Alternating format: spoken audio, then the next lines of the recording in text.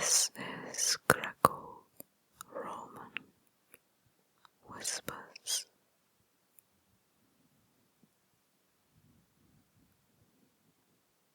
I hope you're all well and have had a good summer,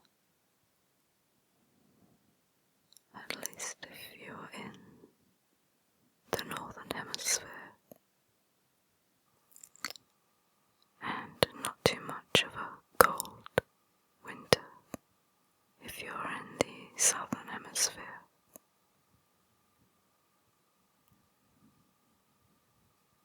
Here in England, our summer was hot and long,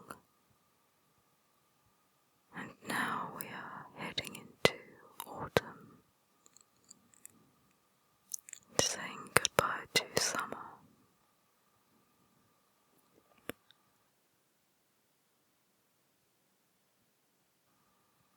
The weather is becoming autumnal.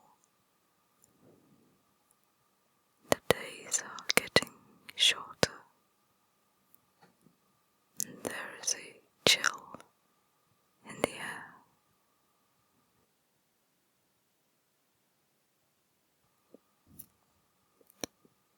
But it's also still the time of harvest, gathering the crops that have ripened during the sunshine months.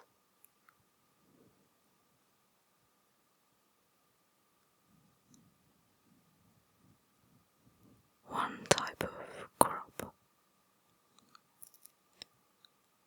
that seems to last well into the later months are the berries,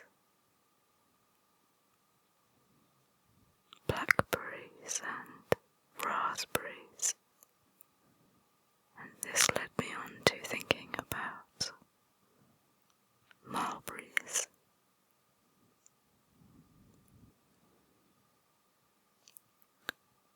There is a story about how the mulberry berry changed colour, and it's a story told by Ovid in his book Metamorphoses. Ovid was a Roman poet born in 43 BC and died around AD 17 or AD 18. He wrote 3 major poetry works. One was called Heroides, another called Amores, and another called Ars Amatoria.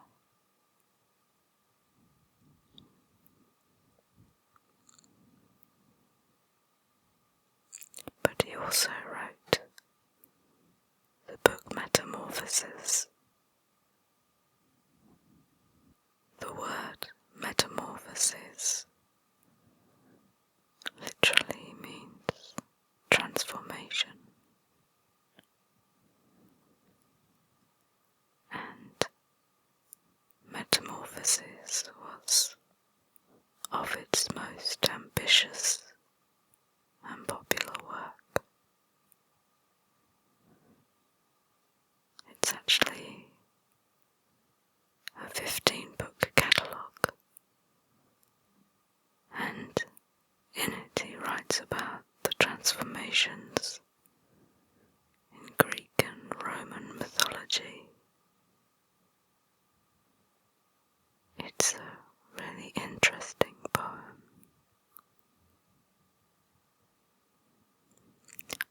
It begins with the formation of the world,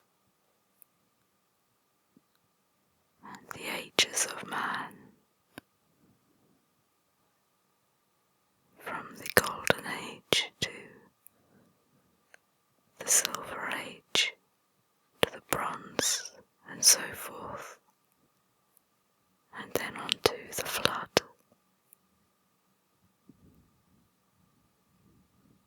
The book gained further popularity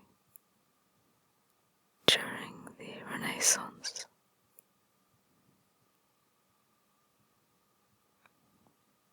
And since that time it's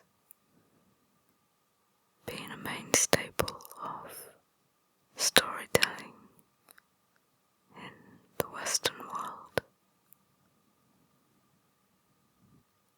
Some of the greatest writers in the English language have been influenced by Ovid, and the person who was probably the most influenced was Shakespeare. We don't really know much about Shakespeare in terms of what he was reading other than Ovid, and in particular Ovid's book Metamorphoses. Romeo and Juliet, which is a summer play set in the month of July, is based on a story in Metamorphoses, which I'm going to tell you in a minute. This same story in the poem also featured in Shakespeare's play A Midsummer Night's Dream towards the end of the play.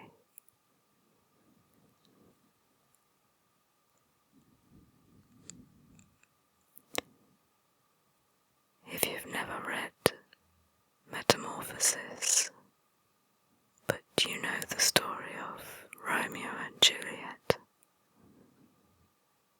then you'll instantly see the similarities between the two stories. And the story is called Pyramus and Thisbe. Interestingly, although the majority of the book is all about Greek and Roman mythology, the tales that most people have heard before, the story of Pyramus and Thisbe can only be found in Ovid's Metamorphoses.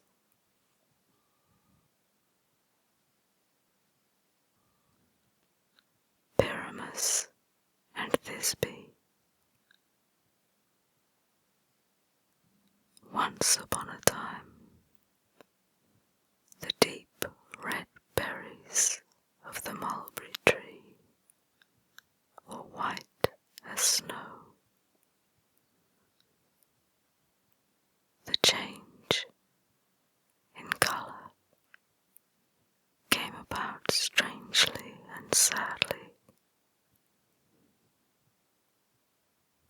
The death of two young lovers was the cause. Pyramus and Thisbe, he the most beautiful youth, and she the loveliest maiden of all the East, lived in Babylon, the city of Queen Semiramis, in houses so close together that one wall was all that separated them. Growing up side by side, they learned to love each other. They longed to marry, but their parents forbade it. Love, however,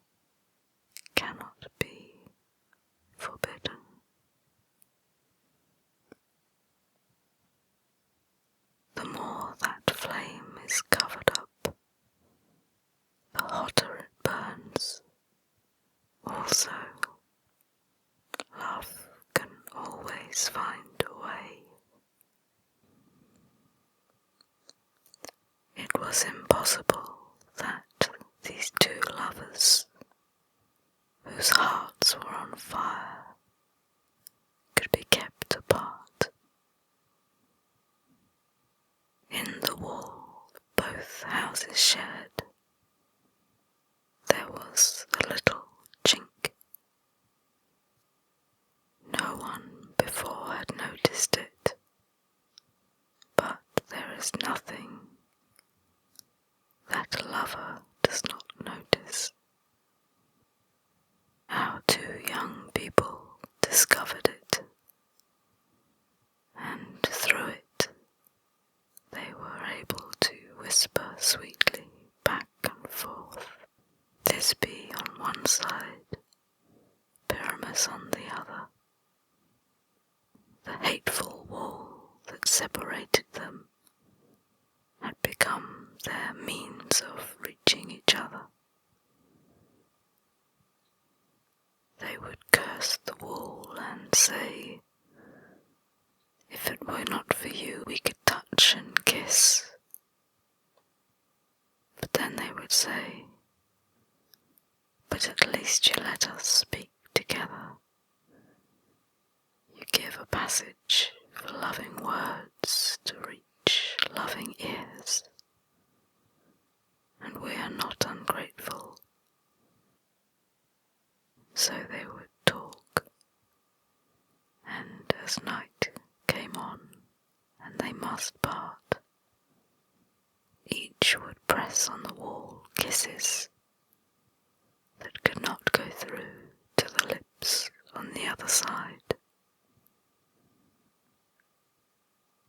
Every morning, when the dawn had put out the stars, and the sun's rays had dried the hoarfrost on the grass, they would steal to the crack, and standing there, now utter words of burning love, and now lament their hard fate, but always in softest whispers. Finally, a day came when they could endure no longer. They decided that that very night they would try to slip away and steal out through the city into the open countryside, where at last they could be together in freedom. They agreed to meet at a well-known place, the tomb of Ninus. Under a tree there, a tall mulberry full of snow-white berries, near which a cool spring bubbled up. The plan pleased them, and it seemed to them the day would never end.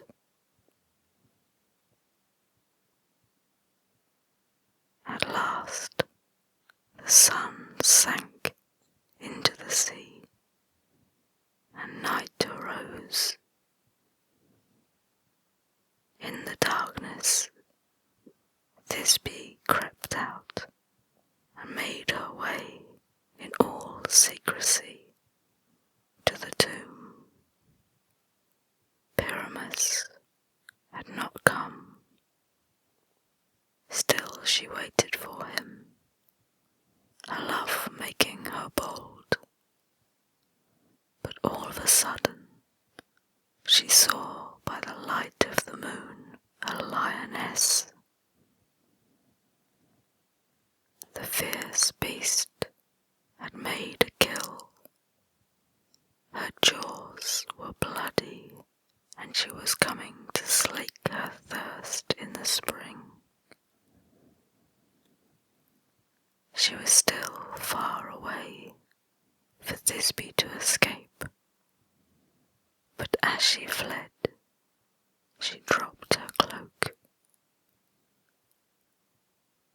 the lioness came upon it on her way back to her lair, and she mouthed it and tore it before disappearing into the woods.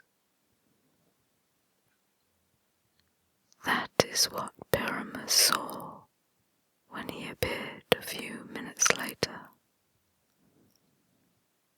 Before him lay the blood-stained shreds of the cloak, and clear in the dust were the tracks of the lioness. The conclusion was inevitable. He never doubted that he knew all. Thisbe was dead. He had let his love, a tender maiden, come alone to a place full of danger, and had not been there first to protect her. "It is I who killed you," he said. He lifted up from the trampled dust what was left of the cloak, and kissing it again and again, carried it to the mulberry tree. "Now," he said, "you shall drink my blood too." He drew his sword and plunged it into his side.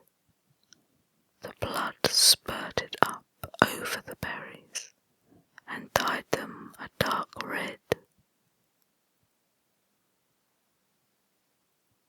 Thisbe, although terrified of the lioness, was still more afraid to fail her lover. She ventured to go back to the tree of the tryst, the mulberry with the shining white fruit. She could not find it. A tree was there, but not one gleam of white was on the branches.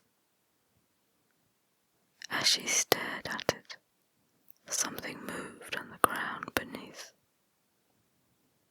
She started back, shuddering, but in a moment, peering through the shadows, she saw what was there. It was Pyramus, bathed in blood and dying. She flew to him and threw her arms around him. She kissed his cold lips and begged him to look at her, to speak to her. "It is I, your Thisbe, your dearest," she cried to him. At the sound of her name, he opened his heavy eyes for one look. Then death closed them. She saw his sword fallen from his hand, and beside it her cloak stained and torn. She understood all. "Your own hand killed you," she said, "and your love for me. I too can be brave. I too can love. Only death would have had the power to separate us. It shall not have that power now." She plunged into her heart the sword that was still wet with his life's blood. The gods were pitiful at the end, and the lovers' parents too. The deep red fruit of the mulberry is the everlasting memorial of these true lovers, and one urn holds the ashes of the two